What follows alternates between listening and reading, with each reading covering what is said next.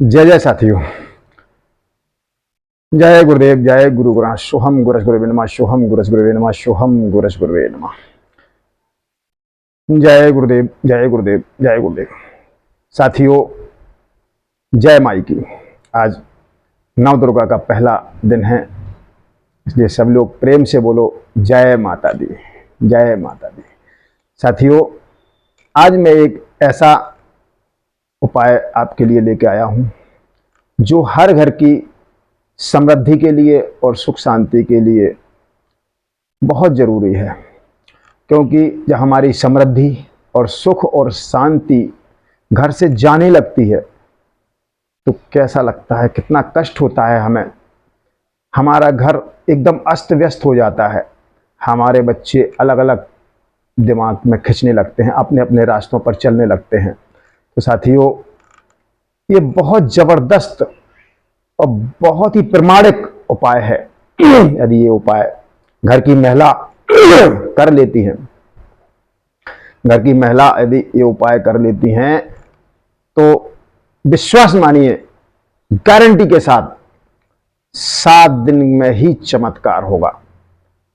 7 दिन में आपको चमत्कार दिखाई देने लगेगा। तो ये उपाय क्या है, देखिए साथियों, मैं ये उपाय की ओर आपको ले जा रहा हूं डायरेक्ट, ज़्यादा आपका समय नष्ट ना करते हुए एक बहुत सरलतम उपाय आपके लिए बता रहा हूं। इसलिए मैं थोड़ा सा ये आपसे प्रार्थना करना चाहता हूं कि यदि आप मेरे चैनल पर पहली बार देख रहे हैं, आए हैं, तो इसे लाइक और सब्सक्राइब जरूर कर लें, सब्सक्राइब कर लें, और सब्सक्राइब के साथ साथ बेल आइकन को दबा दें, जिससे ऐसे ही नए नए अच्छे अच्छे आपके वीडियो आपको मिलते रहें और आप उनसे लाभान्वित होते रहें। ये वीडियो ऐसा है जो प्रथम बार आपको YouTube पर देखने को मिलेगा, पहली बार, ये कहीं नहीं मिलेगा ये आपको। तो साथियों, अब इसमें करना क्या है, देखिए पूर्णिमा के दिन, पूर्णिमा के दिन ये घर की महिलाओं को करना है। पूर्णिमा के दिन एक कांसे की थाली ले लीजिए, कांसे की ना हो तो पीतल की मिल जाए, पीतल की ले लीजिए, पीतल की ना हो तो तांबे की ले लीजिए।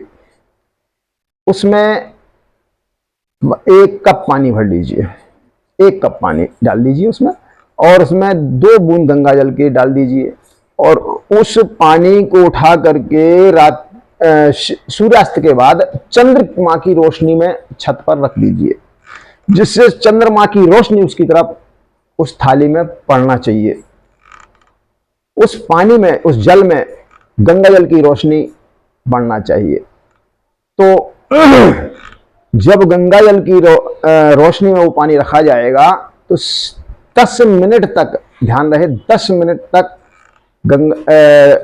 चंद्रमा की रोशनी उस जल पर सीधी पड़ना चाहिए। 10 मिनट के बाद वो पानी उठा लीजिए और उसे एक गिलास या एक कप में निकाल करके रख लीजिए अलग। अब क्या करना है साथियों, अब अपनी जो महिला कर रही हैं वो अपनी सास की एक अंगूठी या दोनों हाथों की एक एक चूड़ी, यानी जोड़ा, दोनों हाथों का एक एक, वो ले लें। अब आप देखिए, सासू माँ का बहुत बड़ा दर्जा होता है घर में। जिस घर में सासू माँ का सम्मान होता है, देखिए उनकी चीज़ों से इतना लाभ होता है, तो सासू माँ के पग, जिस घर में सासू माँ होती है वो सौभाग्यशाली घर है। इसलिए मैं थोड़ी सी और बीच में आपसे रिक्वेस्ट करूँगा कि अपनी सासू माँ की इज्जत कीजिए, उनका मान सम्मान कीजिए, उनको किसी प्रकार का कोई कष्ट मत होने दीजिए, उसका दिल मत दुखाइए। देखिए, उनका जब दिल से दुआएं निकलती हैं तो घर में बरकत आती है। चलिए, इसी पे आधारित ये प्रयोग है। तो क्या है कि उनकी अंगूठी या चूड़ियाँ दोनों हाथों की एक एक ले लीजिए और उनको एक तांबे की थाली में रख लीजिए, और उसी जल से उन्हें धो लीजिए, बढ़िया से साफ करके, धो करके, और एक साफ नए सफेद नए कपड़े से उसको पोंछ लीजिए उनको, और पोंछ करके एक लकड़ी के बाजोट पर लाल कपड़ा बिछा करके उस पे वो थाली रख दीजिए। अब क्या करिएगा, अब क्या करना है, कुछ सामान भी लेकर के आना है इसमें पूजन के लिए। क्या लगना है पूजन में? इसमें पूजन में गूंजे का भोग लगना है। गूंजा, गूंजा कहीं कहीं गुजिया भी बोलते हैं। गूंजे का भोग, शुद्ध घी का दीपक जलाएं उसके आगे और गूंजे का भोग लगाएं। और भोग में क्या और रखना है, नीम की कोमल पत्तियां और मसूर की दाल। कितनी चीजें हो गई देखिए, गूंजा, मसूर की दाल और नीम के कोमल पत्ते, इनका भोग आपको लगाना है उसमें। इनका भोग आप लगाइए और हृदय से लक्ष्मी, माता लक्ष्मी का, अपनी सासू माँ का ध्यान करिए लक्ष्मी के रूप में। लक्ष्मी आ रही है हमारे घर में, समृद्धि आ रही है हमारे घर में, ऐसा ध्यान करके पूजन कीजिएगा। और उस दिन घर की महिला को उपवास रखना है, एक समय भोजन करना है। तो पहले पूजन करने के बाद ही भोजन होगा, तो उपवास रखने के बाद ये पूजा करनी है। दिन भर उपवास रहेगा आपका। आप दिन में फलाहार ले सकते हैं, दूध का बना कुछ भी पदार्थ भी ले सकती हैं उपवास के रूप में, उपवास फलाहार के रूप में। तो उसके बाद ये पूजन आपको करना है। ये पूजन जब हो जाएगा तब रात भर आप वो दीप जलना चाहिए। शुद्ध घी का दीपक रात भर जलते रहना चाहिए। पूजन आपका हो गया और रात भर वो दीपक चलते रहना चाहिए।